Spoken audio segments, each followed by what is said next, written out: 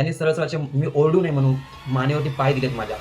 Back साईडला जो एक दांडा आहे तुम्ही बघू शकता, दांडा असं लागले, दांडा त्याने मारले जोरात, एवढी मारहाण, म्हणजे बॉडीवरती काही इजा होत नव्हत्या. आणि त्याच्यामुळे या लोकांनी माझ्या फेसला टार्गेट केलं, म्हणजे कानाचे ते माझ्या मागे फाटले, जी लाईन असते ती फाटली. जैसे ज्याचे कर्म तैसे फळ देतो रे ईश्वर. प्रतीक शिंदे हे जे वाक्य आहे हे वाक्य तुझ्या डोक्यामध्ये नीट फिट करून ठेव, कारण नेक्स्ट टाइम असले काहीतरी गुन्हे करताना विचार तरी करशील.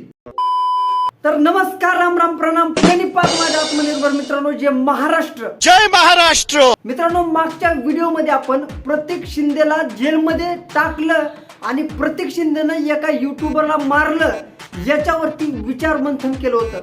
पण आज आपण प्रॉपर प्रतीक शिंदे या गुन्हेगारावरती बोलणार आहोत. बेदम अशी राक्षसी वृत्ती आहे ना, अशा प्रकारे या लोकांनी मारहाण केली मला. या प्रतीक शिंदेनं या भाऊला ज्या प्रकारे मारलंय त्यावरूनच समजून जातंय की हे मारणं साध्या सुद्धा लोकांचं कामच नाही, हे प्युअर गुन्हेगार क्षेत्रामधल्या लोकांचं काम आहे. अरे बाप रे, ये तो धोती खोल रहा है. कारण ज्या प्रकारच्या जखमा याच्या तोंडावरती, अंगावरती आहेत या भाऊच्या, या अशा प्रकारच्या जखमा साधा सुद्धा माणूस देऊ शकत नाही.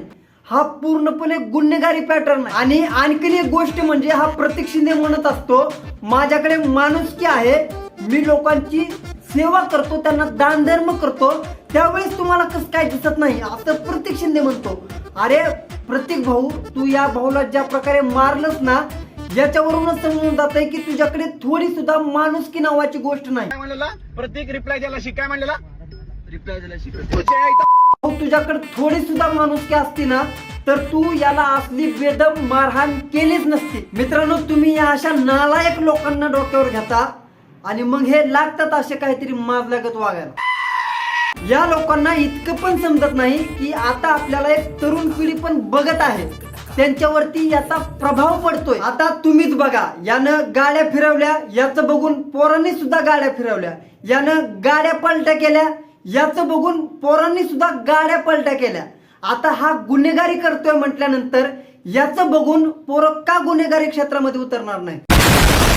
आणि प्रतीक शिंदे, मला एक सांग, हा जो भाऊ बोलला होता काय चुकीचं बोलला होता? जुगार याच्यावरती तर बोलला होता ना. तुला काय इतकं झोंबलं? ते का झोंबलं माहितीये?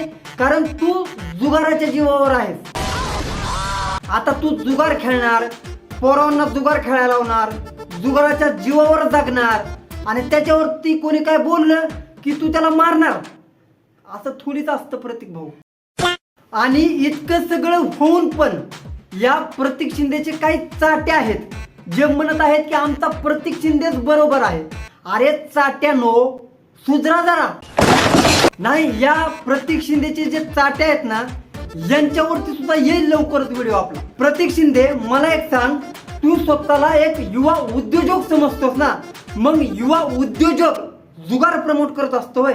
हे बघ प्रतीक भाऊ, तू सध्याला आहेस जेलमध्ये, मस्त जेलची हवा खा, पण जेलमधून बाहेर आल्यानंतर परत तोच माज घेऊन येऊ नकोस, म्हणजे झालं. तर बस मित्रांनो, आजच्या व्हिडिओमध्ये इतकंच.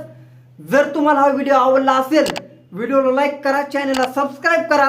आपण लवकरच भेटू पुढच्या एका नवीन व्हिडिओमध्ये. तोपर्यंत राम राम. बहुत बहुत धन्यवाद दोस्तों. बस आओ, गलतियों से सीखो, आगे बढ़ो.